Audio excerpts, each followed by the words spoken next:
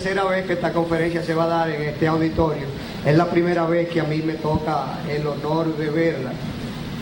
Siempre me salen contando de lo increíble que es el conocimiento que transmite este doctor, y es una experiencia maravillosa porque es importante conocer que muchas de las cosas de la medicina alternativa son ciertas, que muchas cosas de la medicina alternativa son falsas, que algunas hacen daño y que otras no sirven para lo que te están diciendo que sirven.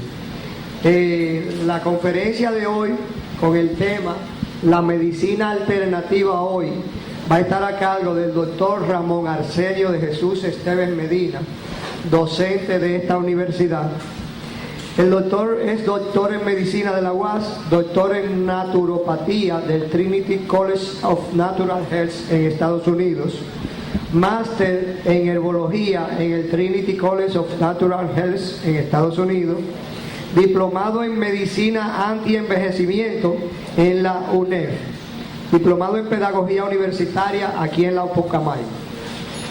Ha escrito varios libros, entre ellos Enfermedades comunes tratadas con plantas medicinales, Las enfermedades y sus dietas, Otras enfermedades y sus dietas, Medicamentos que no debes usar, Plantas curativas, usos populares y científicos, Cuidado con estas plantas, y el libro más reciente, Importancia de los nutrientes en la salud. Actualmente el doctor Esteves no es Arsenio Ureña como algunos pensaban. El doctor Esteves es médico asistente del Hospital José de Jesús Jiménez de Santiago, el Hospital de Bellavista. Es profesor de diplomado en fitoterapia en la Universidad UNED, columnista del periódico Camino y profesor de medicina comunitaria, y imparte unos temas en la materia medicina familiar y comunitaria 1 en teoría aquí en la universidad. Como ven, no estamos hablando de alguien que se enganchó a médico natural como la mayoría de los que andan por ahí, que un día se leen un libro y salen ahí a dar consultas. Estamos hablando de una gente que le ha dado silla, le ha dado ojos a lo que ustedes van a ver hoy. O sea, que una persona que les va a hablar sobre lo que les va a hablar con mucha propiedad. Así que vamos a recibir con un aplauso fuerte al doctor Ramón Arsenio Esteves.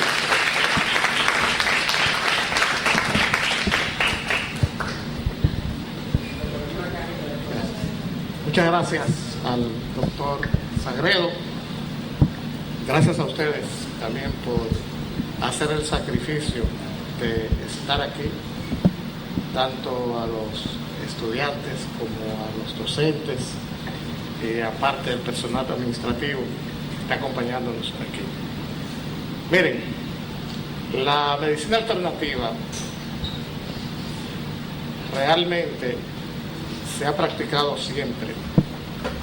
Se ha practicado de manera ininterrumpida, incluso una gran cantidad de disciplinas que hoy están en esta medicina nacieron mucho antes que lo que es la medicina oficial, la medicina que nosotros practicamos, estudiamos en la universidad, nos certificamos.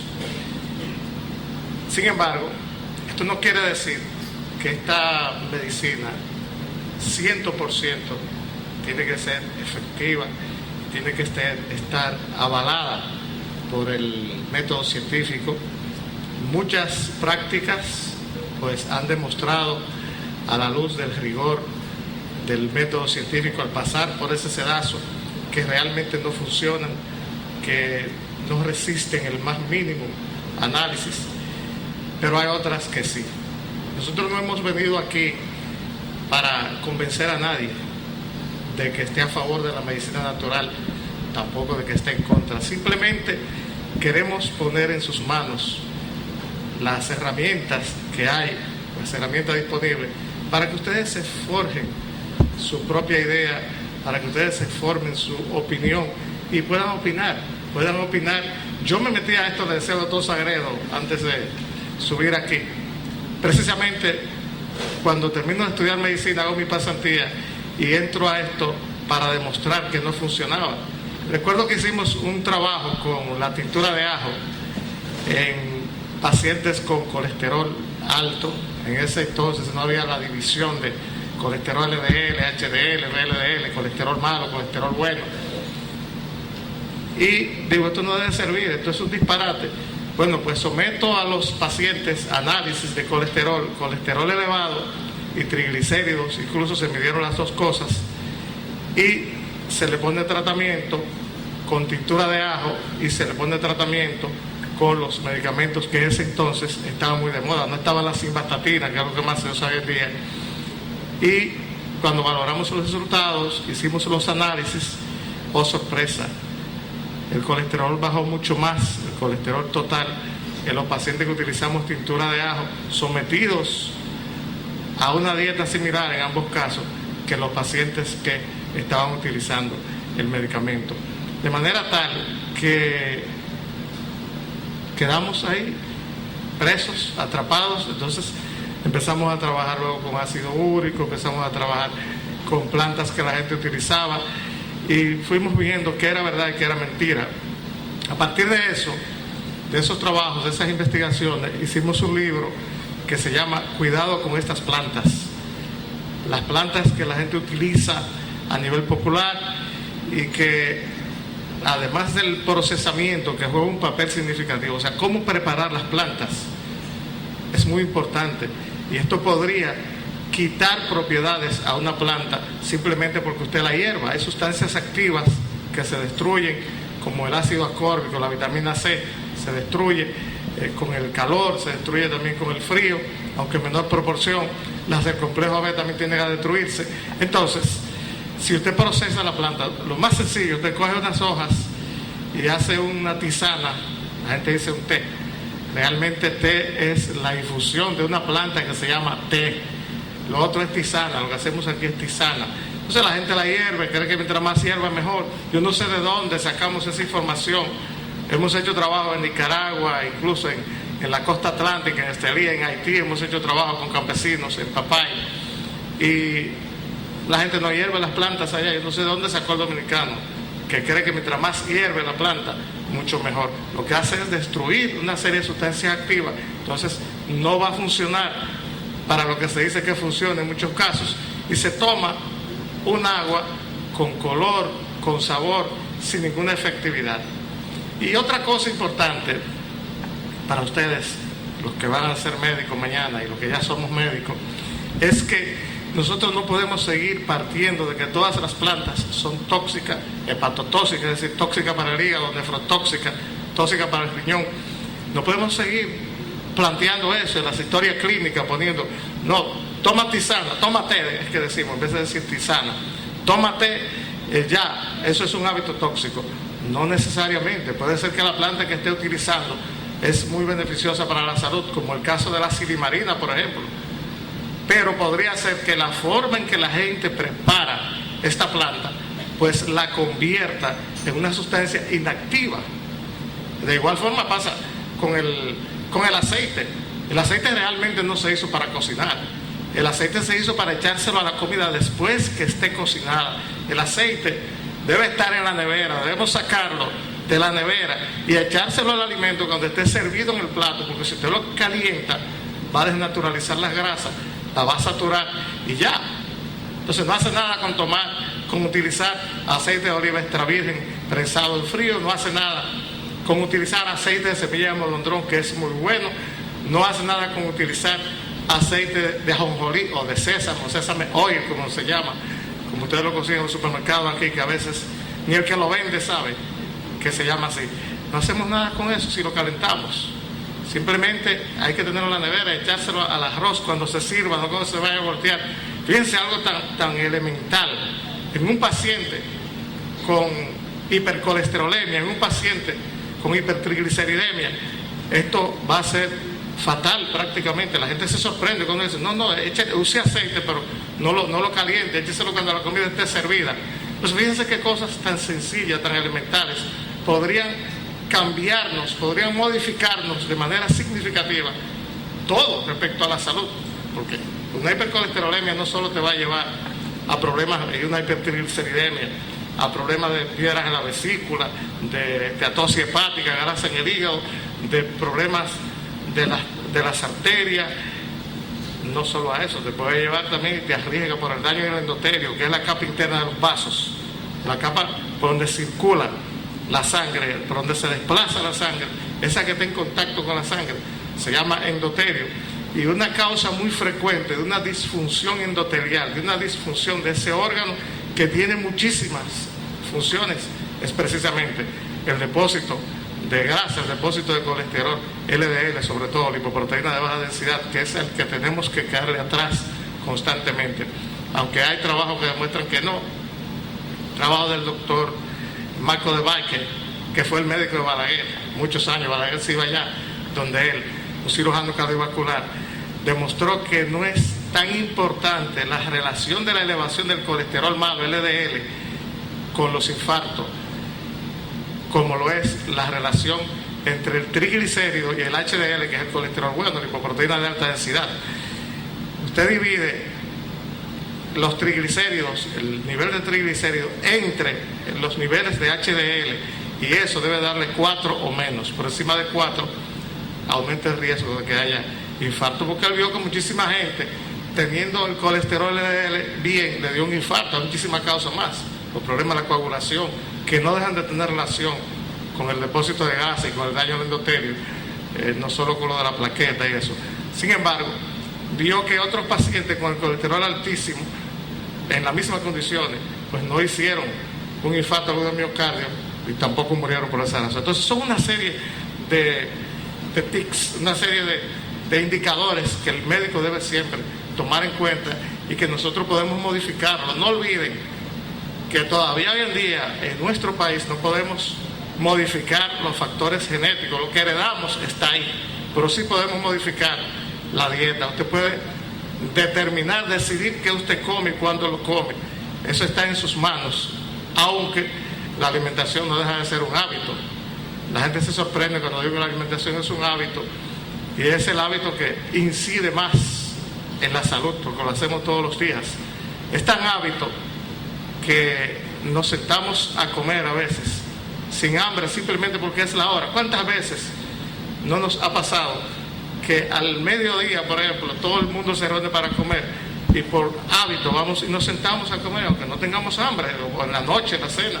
Entonces, si usted no tiene hambre, no debe comer. Si no tiene sueño, no debe acostarse a dormir. Entonces, básicamente, la medicina alternativa es una lluvia de disciplinas, de técnicas incluso que se utilizan y que debemos de someterla al rigor de la ciencia para nosotros poder aceptarla y utilizarla como tal. Todo lo que sea medicina alternativa es básicamente lo que no entra en el sistema oficial de salud, es decir, lo que no forma parte de los programas de salud pública y que se usa para tratar enfermedades y que resuelve, es medicina alternativa.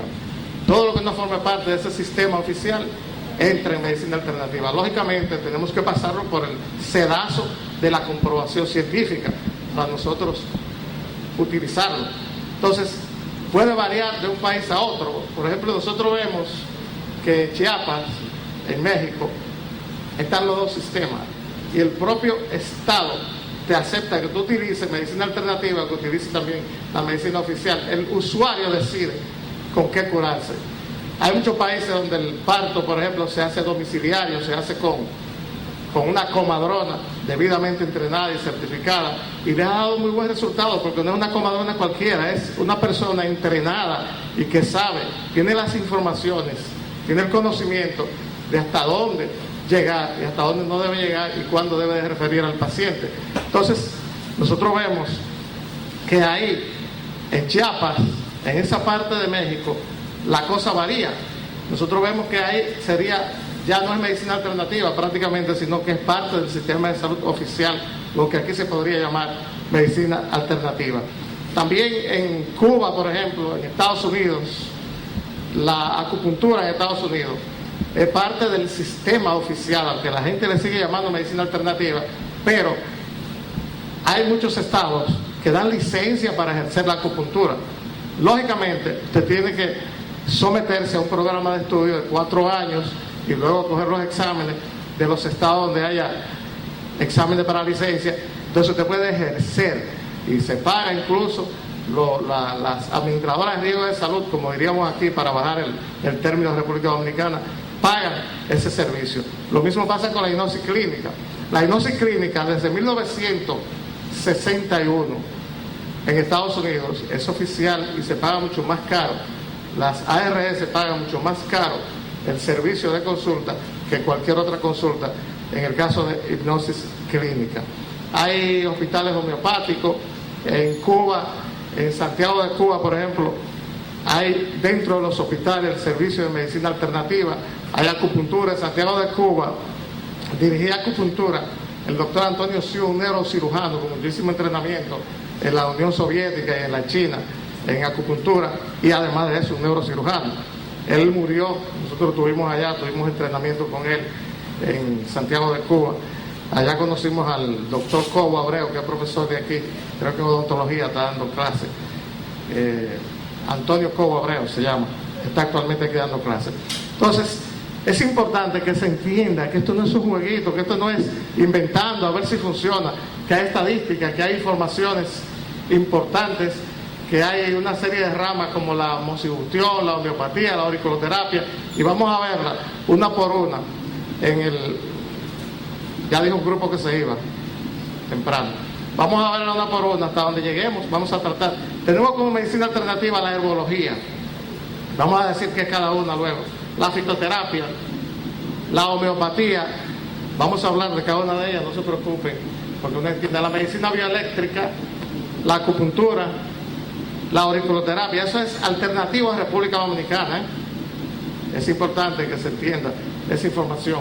La digitopresión, la reflexología, la moxibustión, la iridología, la ozonoterapia, muy usada en República Dominicana, pero lamentablemente utilizada por gente que no es médico. Y en República Dominicana, el que no es médico, el que no tiene, además de ser médico, ese cuatro, y además de eso, si no es miembro del Colegio Médico Dominicano, no puede hacer diagnóstico. La ley lo dice, la ley es clara, y mucho menos aplicar tratamiento. Hay un ingeniero por ahí dando ozonoterapia aquí mismo en Santiago públicamente, y todo el mundo lo sabe, y nadie hace nada, no le importa a nadie. La equinoterapia, geoterapia, vamos a ver qué es cada una de esas cosas. La musicoterapia, hipnosis clínica, magnetoterapia, terapia floral de Bach, muy conocida en Europa y aquí también se está usando bastante. La helioterapia, la medicina ortomolecular, la radiónica, terapia de Gerson.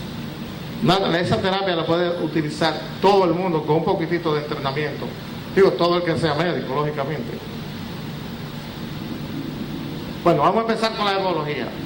Miren, hablamos de herbología o yerbología, como muchos prefieren llamar, cuando utilizamos plantas u órganos de esas plantas sin procesarlos, sin someterlos a procesamiento, sin hacerlos cápsulas, sin hacerlos jarabes.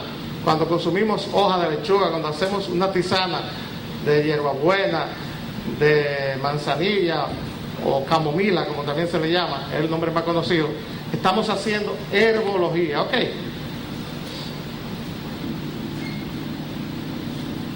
La medicina bioeléctrica es un método curativo que utiliza el manejo del desequilibrio bioeléctrico. Pauling fue 2 veces premio Nobel en química y premio Nobel de la Paz. Fue premio Nobel de la Paz porque se opuso al proyecto de la fabricación de la bomba que se tiró en Hiroshima, la bomba atómica, aún siendo el norteamericano. Es el único ser humano que ha obtenido premio Nobel a nivel personal, o sea, único, solo él como persona. Hay otras personas que ha participado en grupos, en equipos, pero él es el único que ha obtenido 2 premios Nobel. Él dice que todo empieza con un desequilibrio eléctrico. Ustedes saben que la célula tiene un potencial eléctrico, que hay un potencial de polarización, de depolarización. Ustedes lo saben, en fisiología le han dado esto. Precisamente eso se maneja a partir de ahí, el manejo del potencial eléctrico. Es un método que busca la curación a través de aplicación de impulsos eléctricos e ingestión de sustancias con cargas eléctricas. Miren, cada alimento tiene una carga eléctrica y cada uno de nosotros tenemos una carga eléctrica positiva y una negativa. Somos conductores, como cualquier cuerpo, de electricidad. La electricidad entra, pasa por nosotros y sale. Por eso muchas veces, cuando hay heridas, cuando hay cicatrices, cuando hay un callo óseo, cuando hay un tumor, cuando hay una hernia discal, la gente dice cuando va a llover, mire que cuando está nublado me da dolor. Los médicos nos reímos de eso.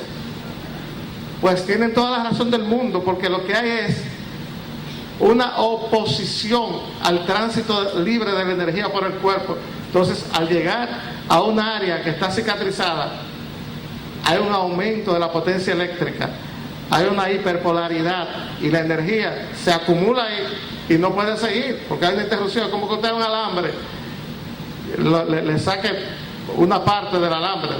Son 2 alambres positivos y negativos, pero hay otros alambres, el cable coaxial, por ejemplo, que tiene muchos alambritos, mallas dentro y un alambre central. Ahí, si usted rompe la malla, no va a haber una conducción de la imagen. Entonces eso mismo pasa aquí, se acumula la energía y el paciente, al tener un aumento del potencial eléctrico en esa área que no pudo circular porque hay, por ejemplo, un callo óseo, una fractura que curó, entonces da dolor ahí. ¿Y por qué? Cuando está nublado, porque hay una carga eléctrica en la atmósfera que incide sobre nosotros y sobre las plantas y sobre los animales, y si no hay una conducción correcta de esa energía, se queda acumulada y va a producir dolor y puede producir muchísimos trastornos más. Esta medicina bioeléctrica busca balancear el potencial energético que está desbalanceado. En eso se basa también la acupuntura. Vamos a ver cómo métodos curativos del lejano oriente, de la China, del Tíbet, cómo hoy en día nosotros le encontramos explicación científica. Cómo los chinos hace miles de años hablaron de que en el dedo meñique es donde está el meridiano del corazón en acupuntura. Ahí termina el meridiano del corazón. Entonces, hoy sabemos que un adormecimiento del dedo meñique de la mano izquierda podría ser un signo premonitorio de un infarto agudo al miocardio. Miren qué relación, miles de años después, miles y miles de años después de los chinos haber dicho que ese era el meridiano del corazón. Y hoy lo vemos. Entonces es importante que tomemos en cuenta todo esto y que si nos vamos a poner en contra, nos pongamos con fortaleza científica, y si nos vamos a poner en favor, también lo hagamos con bastante base científica. Esta medicina tiene la ventaja de que es 100% natural, de que no produce efectos secundarios, es inocuo como método curativo, y es muy importante que pueda practicar, que la practique, pero que se entrene bien. Cuando hablamos de la herbología, dijimos que era cuando utilizábamos plantas u órganos de plantas sin procesar. Al hablar de fitoterapia, caemos en un concepto totalmente diferente. La fitoterapia es cuando utilizamos órganos o utilizamos partes de plantas sometidas a procesamiento. Es decir, cuando hacemos jarabe, cuando hacemos una cápsula, cuando preparamos una tintura, ya dosificamos en gotas, 20 gotas cada 6 horas, y cualquiera puede hacer tintura. Cualquiera puede hacer tintura. Eso no tiene la gran ciencia. El problema es hacer el diagnóstico y dar el seguimiento a la evolución del paciente. Es ahí donde está el kit del asunto, es ahí donde debemos trabajar. Entonces podemos hacer pomada, ya eso entra en la fitoterapia. El simple hecho de procesar y dosificar las sustancias activas y los órganos de las plantas, ya eso nos permite hablar de fitoterapia. La homeopatía es un método viejo y fue creado por el doctor Christian Samuel Hahnemann, un médico alemán. Aquí se caen muchas cosas de las que nosotros nos enseñan en farmacología. Tratan de curar lo igual con lo igual. Similia, similuo curando. Tratarlo igual con lo igual. Ustedes no han visto, y si no lo han visto lo van a ver cuando en alguna práctica sobre el producto.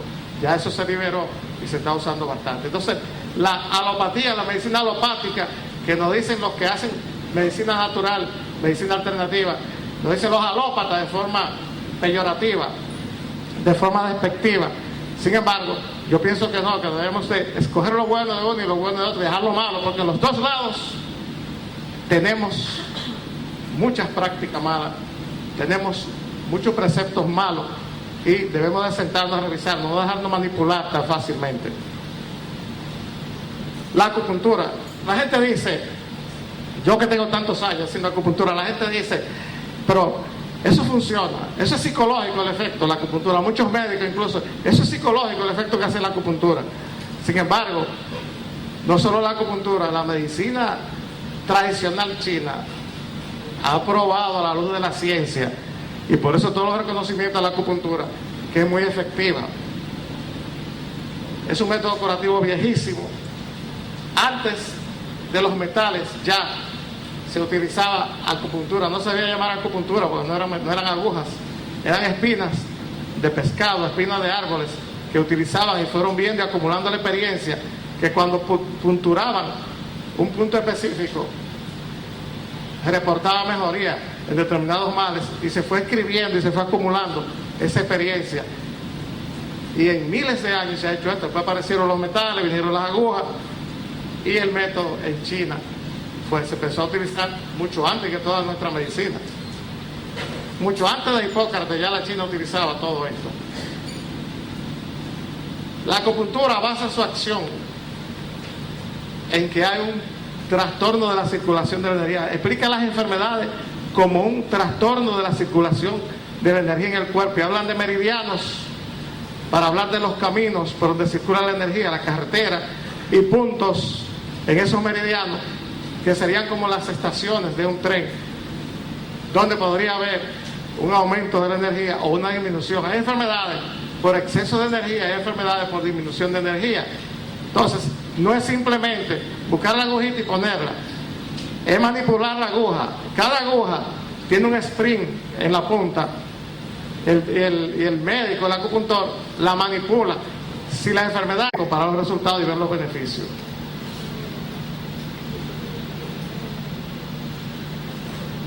En el estrés, por supuesto, se ha usado bastante la musicoterapia, ha dado buenos resultados. La hipnosis clínica. La gente muchas veces dice, por eso de hipnosis, eso es para gente nerviosa, para pacientes nerviosos, eso es para personas débiles. Y uno dice, bueno, pero el desconocimiento conlleva a que hayan esas concepciones. La hipnosis clínica es diferente a hipnosis. Miren, todo eso que ustedes ven, que han escuchado por ahí, que quizás a alguien conocido por ustedes le ha pasado, de la burundanga, de que te llevan y te llevan al banco y tú sacas el dinero y se lo entregas, eso es verdad. ¿Quién sabe de alguien que le haya pasado eso? Poca gente, todo el mundo, de seguro que debería conocer, pero no. Miren, eso es verdad. Por un lado se usa la hipnosis clínica, la hipnosis clínica la hacemos los médicos, la hipnosis la hace cualquiera para hacer un show de televisión, para hacer un show de circo. No deja de ser verdad.